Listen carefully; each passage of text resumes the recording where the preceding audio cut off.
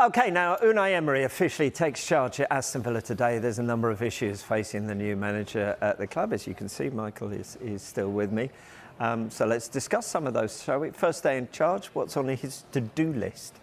Could be quite a list, especially after the defeat to Newcastle on Saturday. Obviously, beating Brentford, the fans were feeling great again and sort of a bit back down to earth after that. I mean, Newcastle, he was heavily linked with Unai Emery and he stayed at Villareal. I think the first one you look at of Aston Villa, what's their preferred formation? I know Steven Gerrard wasn't totally fixed on two up front. Is it going to be Ings and Watkins, or is it Ings on his own up front, Watkins on his own up front, or Watkins playing on the right or on the left-hand side of a forward three? Always try to put Coutinho in there with Buendia. Coutinho hasn't really worked so far, has it really, for Aston Villa? So it's setting a formation for him, really. That would be Unai Emery's. I mean, 4-2-3-1 is something he likes. He's played with Villareal. He did it at Arsenal as well. And also just gathering the squad. How good are Aston Villa? Where does their squad rank in the Premier League? Look, Steven Gerrard was unlucky in the sense that he lost Kamara to injury, a midfielder he signed very early on. He lost Diego Carlos. Now, I know the supporters will say, look, he didn't do a good job at Aston Villa and the time was right for him to go. Sure, absolutely. But he did lose those key players. So Emery, will he be speaking to Christian Perez? Will he be speaking to Aston Villa and saying, look, whatever formation I play, I'm going to need a few players in January? I'm sure he will be saying that. I haven't found a manager yet that's not said exactly. that. OK, what else will be a priority for him? Well, getting the best out of the players he's got. If he can't get the players he wants, you look at Leon Bailey. People were really excited with him coming in to start with. Will he be the iron-out Danjuma of Villareal? He likes playing with pacey wingers, cutting on the inside. Danjuma was like a forward as well, scores, creates as well. He must see something in these players at Aston Villa to say, look, for now, I can get more out of them. You know, Villa fans are excited by this appointment. It's a good appointment. He's a big name. He's done very well. You know, he won the domestic treble at PSG. It ended sour at Arsenal, but he got to a Europa League final at Arsenal and just missed out on the top four, potentially that Thursday, Sunday, knocking them out the top four and losing a European final. See, he didn't do that bad at Arsenal. I don't really go along the lines that he was poor at Arsenal, maybe at the very end. So style of play will be interesting as well. So I think Villa will be entertained, but any player you speak to who have been under Unai Emery, he likes really, really hard work. So Villa fans will probably be excited to see him. But I think in general, there's a real uplift for Aston Villa fans because this is a big appointment, this is a big name. And also, what I'm looking forward to seeing with Aston Villa, how far can Unai Emery take Aston Villa? It's a tough league. This so-called Big Six is in real jeopardy, in threat now, isn't it? With Newcastle United in 4th, Liverpool in 9th. What is a good season for a club the size of Aston Villa? What's a good season for the likes of West Ham? He must have seen something or something when he held talks with Aston Villa that says, yes, I fancy this job. Because obviously it is a big job and loads needs to be done, but he clearly wants to do it. So it's intriguing for Villa fans. Salah plays, we come back to the Tottenham question as well, isn't it? Is it substance over style? Is winning more important? Villa, like Tottenham, demand, they have a fantastic history, Aston Villa, don't they? They demand to be entertained as well as to get victories. Is that possible not only with the style he likes to play, but with the personnel that he's got? As I said, I think January will be really important for Aston Villa. He's relying on Danny Ings and Ollie Watkins, for example. You know, Steven Gerrard, when they drew Leeds away, was really frustrated when Watkins missed a good chance.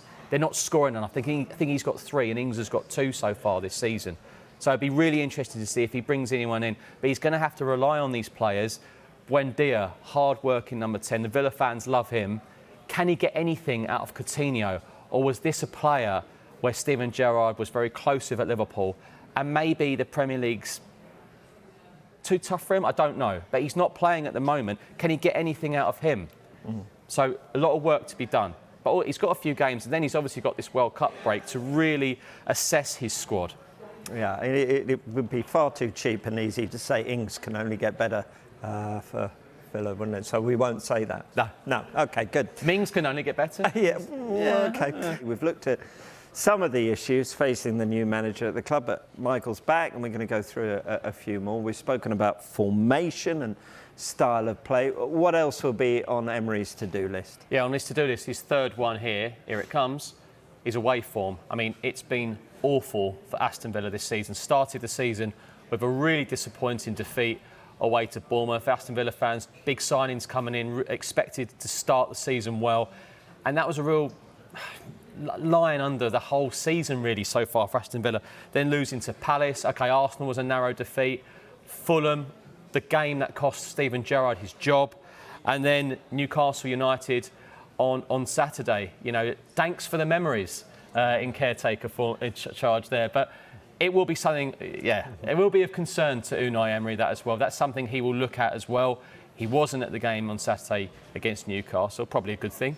Obviously, it was such a disappointing performance, but it's just brought maybe the fans back down to earth after what was a great day for them at Villa Park, the 4-0 win over Brentford. And it's that realisation that there's a lot of work to do at this football club, but Aston Villa fans will like the fact that Unai Emery, who is a big-name manager, has said, yes, I want to take on this big club. They are a very big club, but it's a tough, tough league he's joining. Yeah, that bottom one there.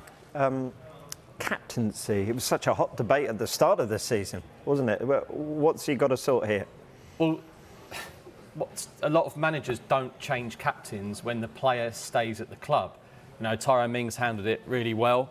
It went to John McGinn, who was linked with a move away in the summer, linked with huge clubs in Europe because he had such a good season last year. He's been a great signing for Villa.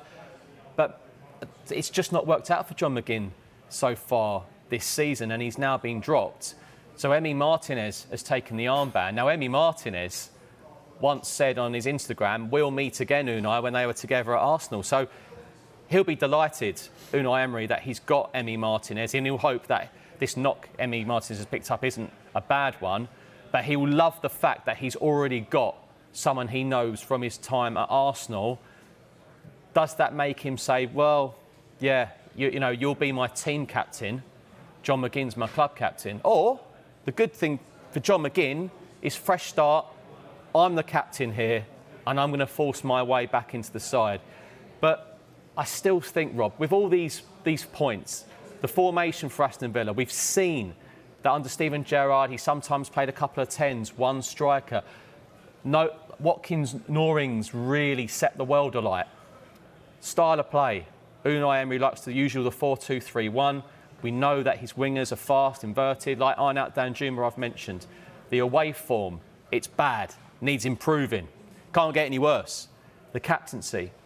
All this says to me is Unai Emery knows one thing. He's got a couple of games, then he's got the World Cup to really sit down with Christian Perza and Aston Villa Football Club and tell them, this is what I need in January. I can't imagine Unai Emery taking this job, as great a club as Villa are, but he hasn't got assurances that he will be able to change a few things around in January. And for me, I'd be interested to see if he wants to add another striker, a prolific striker in January. So when the transfer shows remain, I reckon we'll be talking about Villa quite a lot.